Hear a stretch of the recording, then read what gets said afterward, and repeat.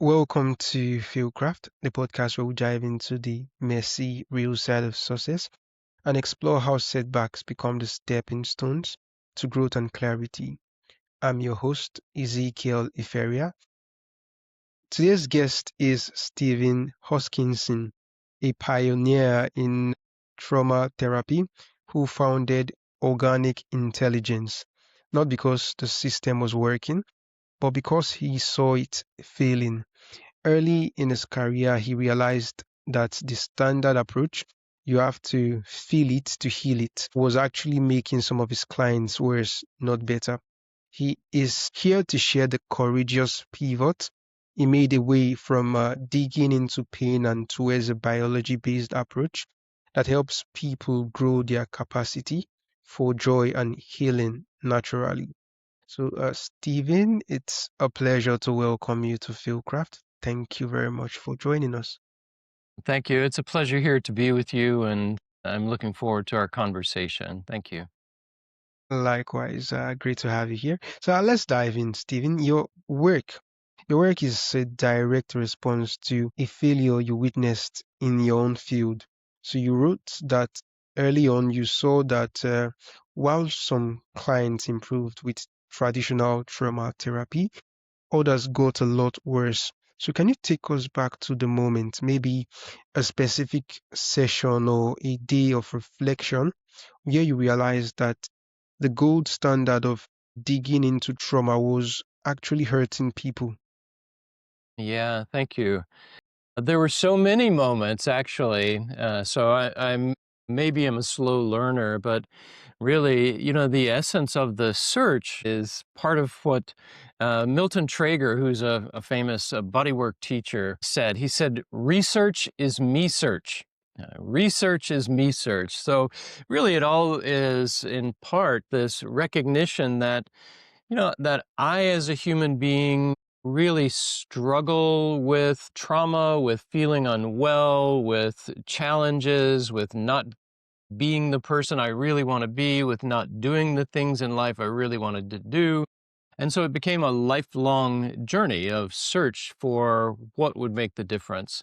And so, in some ways, the FailCraft was from the very beginning that I felt, in particular, like I was not succeeding as a human being in the way that I felt like I was called to do. So there's that large context, and I just wanted to say that because your audience may have people like this who really feel that it is a deeply personal journey. And I just wanted to assure everybody that we are in the same big boat, that we are all struggling somehow. And I hope that what we have to say today will help with that struggle, whether people are healers, helpers, or just trying to get back on their own feet. There's place for everybody, and there's hope for everybody. I remember one session in particular when I trained specifically for psychological approach to trauma and did a lot of session work and internships and a lot of client work in which we would do the standard psychological process of trying to discover what's the underlying trauma, what's the root source of the complex, or what's the root source of the conflict, the unconscious conflict that's creating this. And this goes all the way back to Sigmund Freud. Sigmund Freud and his predecessors, Janet and Charcot in hypnosis, they would try to uncover what was the original trauma that was there, and they would try to find those events early on in life. And then the idea was, if they could find that and the person could recall that, that it would create an abreaction, or it would create an emotional experience that was clearing or cathartic. And many of the trauma methods that are available today are versions of that, where we're trying to get to what is the trauma, and then to feel it. Sometimes these are called exposure models, where people are exposed to the thoughts and the rememberings of their past traumatic experience. The way that I trained and learned also was in a somatic approach to trauma, where you try to find the trauma and then you remember or feel the bodily sensations that go with that. And it was in that context that then I was trying to find what was different. So I was working with a client, I remember, who had had an event, had had a surgery, and that surgery was traumatic for them. And so we were doing those kinds of sessions where they were feeling the effects of the anesthesia. They were feeling, the kind of drifty, almost hypnotic, trance-like states. And then I remember that she bolted upright. She was like with these wide eyes, terror in her eyes as she re-experienced awakening during that surgery, something we didn't know happened. And so that was a recall that happened, and it was distinctly unhelpful for her. And that was a personal turning point where I said, we have to be more careful. We are walking in a forest with unknown dangers, and we need to turn on the lights. We need to clear this area so that we are sure that we're working with people in ways that are not damaging.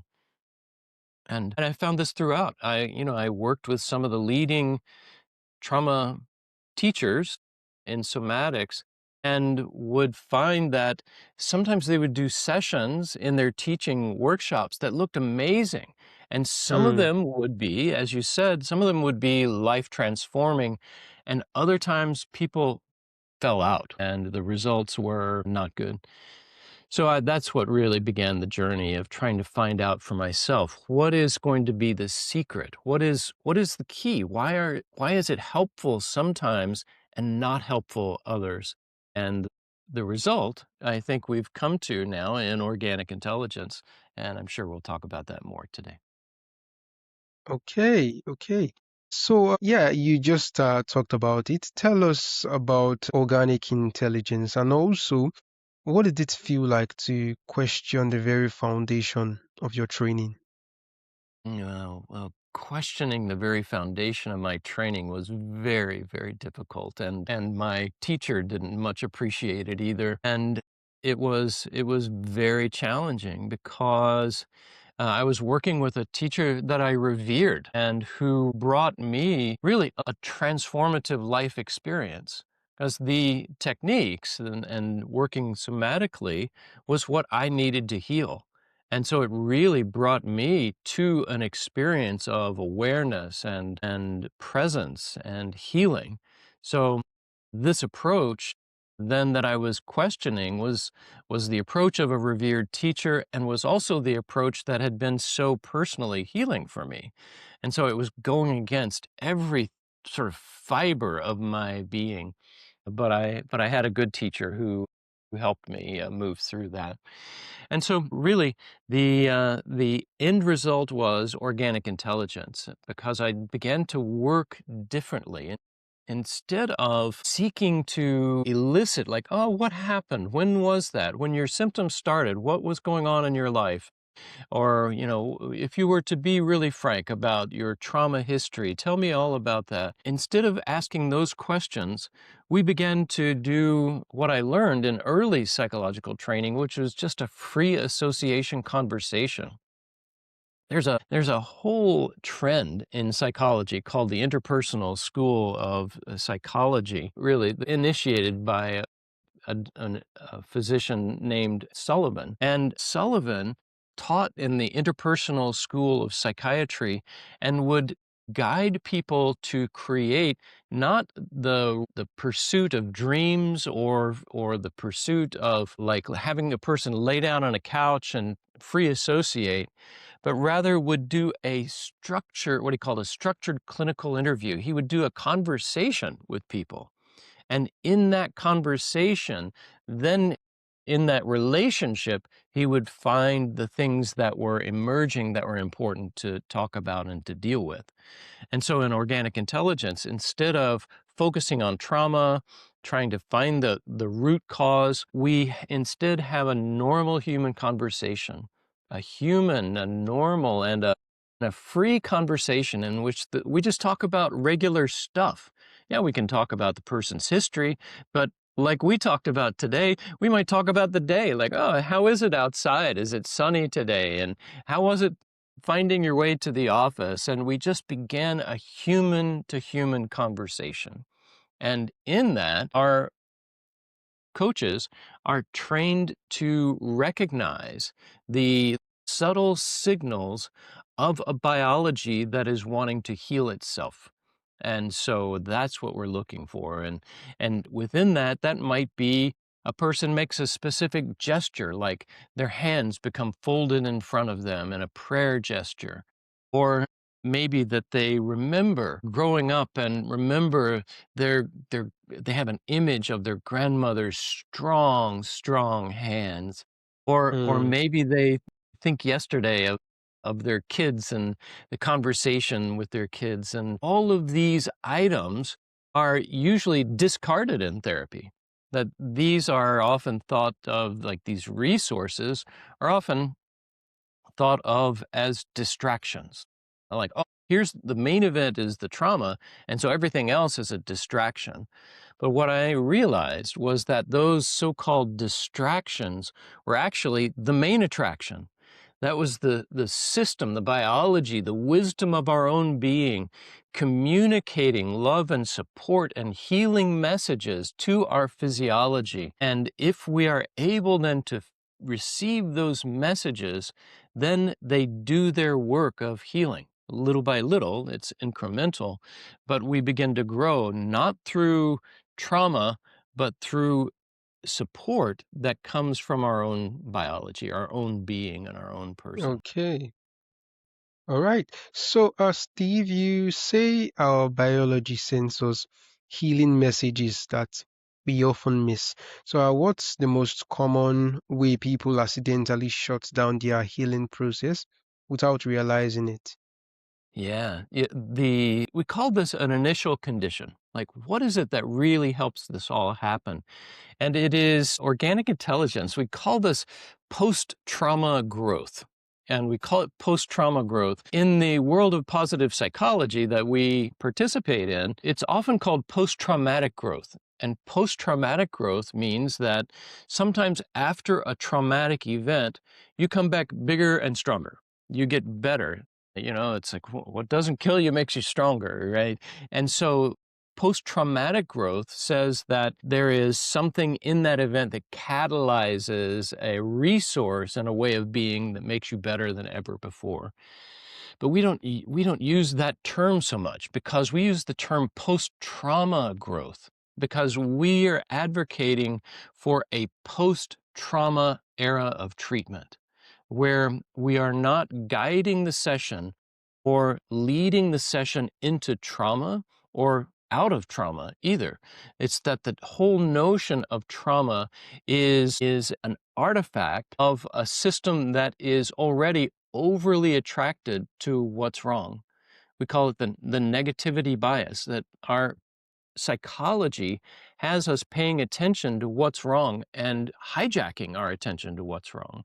And Mm. we believe that that simply creates more disorganization in a tender system such as ourselves.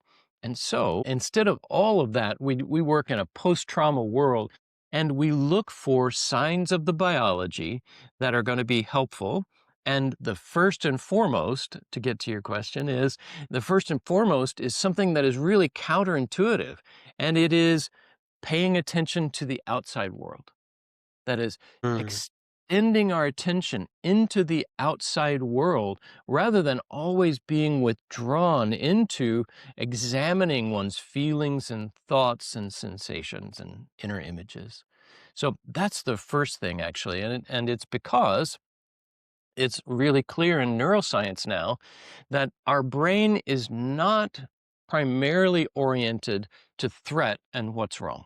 That's not the primary orientation of the brain. That comes later. So the primary goal of the brain is actually to get us ready for what's coming, to get us ready in advance. Instead of being reactive and getting us into fight, flight, and freeze, it is proactive. and getting us ready for what's coming.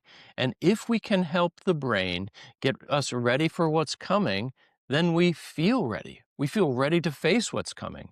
And it's often very simple and it's very subtle. Like if I were to be in Antarctica right now and I was thinking about walking out the door, my system would begin to prepare me and it might rev up my metabolism. So I would be a little bit more heated when I got out there. And the brain is doing that all the time, is making little predictions and based on one's history, also for then what's out there right now. So we help the brain get us ready and helps us feel ready by putting our attention outward into the environment through the senses so that then the brain has some real data, has some real information about what's coming, so it can then begin to get us ready. If we only feed the brain what's past, then we are feeding the brain often our trauma and our problems and the what's wrong and the negativity bias in all of images and sensations and thoughts and feelings. But instead, we send the attention outside. So we are seeing and hearing, right? We're touching and tasting. We are feeding the brain the information it needs to get us ready. And that's called, instead of self-regulation, that's called predictive regulation. And it is a key to our success. That is orientation, connecting to the environment through the senses.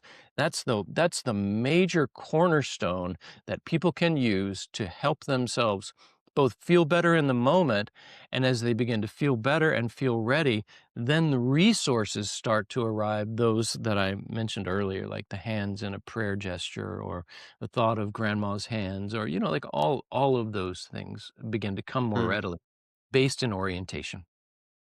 Wow, that was a really, really insightful response, Stephen. So, for the listener right now who is stuck in a loop of analyzing their trauma, digging and digging, but only feeling worse. So, what's the first gentle step they can take today to shift from fixing to healing? Wow. What is the first step? I think the first step that I would suggest, if you can get there, orientation is really important. So doing orientation, that can be a real boost. And then Mm-hmm. as you do the orientation and just getting the attention out, so I am keeping my attention out into the world, more or less. It's always, there's some outside, there's some inside, but we get back to home base by connecting and tethering our attention into the here and now. But what that does is then it creates the possibility of more and more of these resources that are arising from the system itself, like those prayer hands, for instance. And what we find out through that is that those supports are coming all the time. So people could get a session with an OI coach, they could do that, and then they could experience this directly. And what they would experience is these resources coming like in waves from the ocean over and over again, these resources that are these postcards from home. And and what begins to happen over time is what I hope that people would discover first, which is their own wholeness, which is their own completeness, their own sort of connection to the sacred life energies that they are. And that's what I would hope, is that we would come to really feel and recognize our innate wholeness and wellness, and recognize that wisdom is speaking to us all the time and bringing us healing. And then when we are healing and we are feeling healed, the natural impulse is then to help other people, just like you're doing through your podcast, I'm doing with Organic Intelligence. We are, from this abundance of support, now inspired to help other people who are suffering and have can have more hope than they maybe have thought. All right. So, Stephen, after challenging the status quo of therapy and empowering thousands to find post-trauma growth. I'd like to know, what does being successful truly mean to you now? Being successful means recognizing my shortcomings without judgment and experiencing my gifts without inflation. I think that's what it means. All right. That is indeed a wonderful meaning to attach to being successful. So, this has been such an enlightening conversation, Steve. So, for our listeners who want to find an organic intelligence coach or learn more about your certification program, so where's the best place for them to go? I think probably our website. It's organicintelligence.org. At the top, there's a place that says find a coach, and then there are programs and learning opportunities and just ways to connect. And that's what I would encourage is that you just reach out and connect with us. We're very happy to be in touch and we'll offer as much support as we possibly can. That's why we're here. So organicintelligence.org. Okay, thank you very much for sharing that. Stephen, I'm truly excited to have you on the show today. Thank you so much. Thank you for your profound questions and your presence today. Thank you for your generous invitation.